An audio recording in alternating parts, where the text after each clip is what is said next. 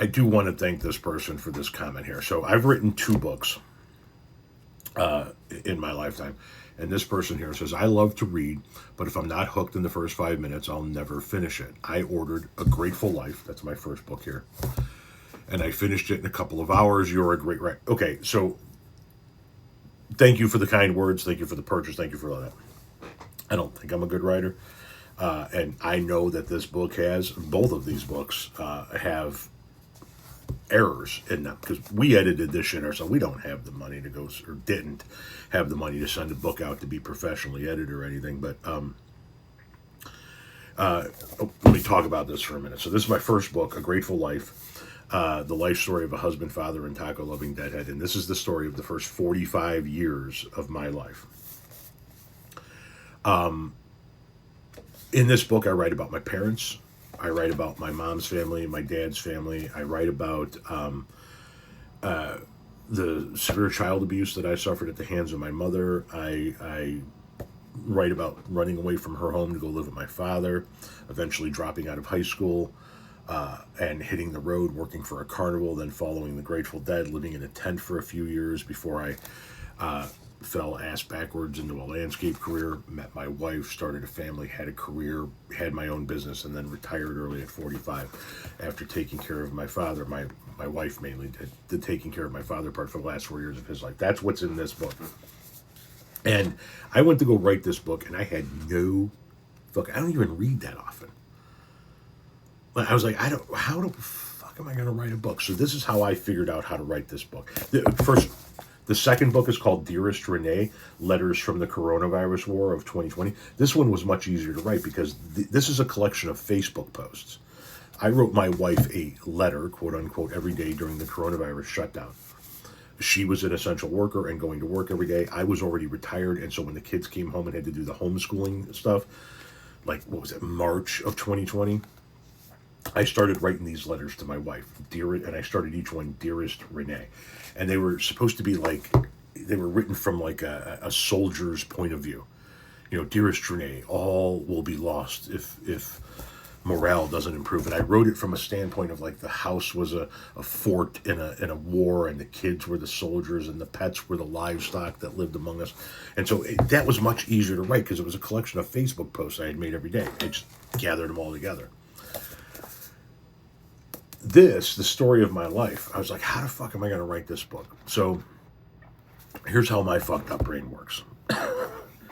I said, I want there to be 13 chapters because I was born on May 13th, and 13 has always been my number. So I want there to be 13 chapters. So I sat down and I said, all right, 1 through 13 on ye old computer.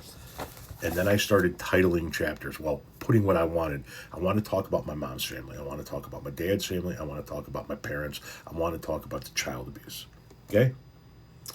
I want to talk about me running away and going to Indiana. I want to talk about me all the years that I was traveling. I want to talk about how I discovered that, you know, landscaping was even a job, what have you. I want to talk about me and my wife. So what I did was I started labeling, this is what I want to talk about in each of these chapters.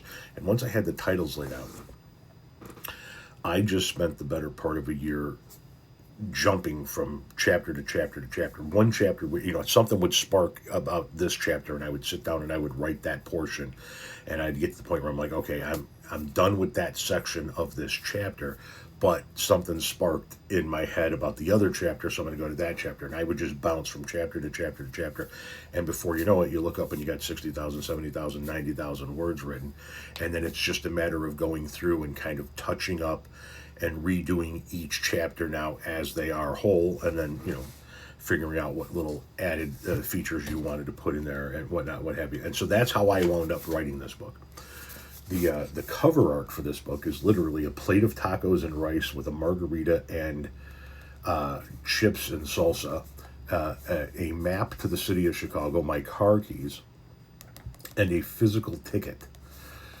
I had 300 concert tickets written up, and that's the cover, that's the title for the book. Okay? You see it says, A Grateful Life, the life story of a husband, presented by Powell Jr., the life story of a husband, father, and taco-loving, deadhead.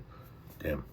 The date of the concert was my birthday, Saturday, May 13th, 1972. The time of the concert was the time I was born, 12:13 p.m. It says doors open at 12:13. BYOB 420 friendly is understandable. The location of the concert was where I was born, Gottlieb Hospital, Melrose Park, Illinois. And then the price of admission, $6.07. That's what I weighed, 6 pounds, 7 ounces. And you can see here, this is ticket number 1. So I had 300 of these physical concert tickets printed, and then I used this one for the cover. And then the rest of them, I did a hole punch in them and put hemp through them with beads on them, and they were bookmarks. I sold them. Still have a bunch of those bookmarks left, as a matter of fact. And then this book cover, you see here, it's this like military patch. It says quarantine veteran, and it's got the coronavirus thing, and empty toilet paper or Wi-Fi, Netflix. And then it's got the black and white camo background. This is an actual physical patch I bought off of Amazon that I still have. And then the background is my now 14-year-old son's camouflage underwear. Took his black and white camo underwear out on the deck, laid it out perfectly flat so there were no wrinkles on it, placed the patch on top of it, and then stood over it with the camera and just took several pictures and pulled that one out, threw some text over it in the editing software, and you have a title. You have a book cover. The picture for the back of this was just taken outside, out back, and the picture for the first one was taken at the restaurant where the Mexican dinner was had. This dinner is what's in the picture with me in the back, on the back of the book. Anyway, both of those books are available in paperback and ebook formats. I thank you for the kind words. I don't think I'm much of a writer, but that was very kind of it.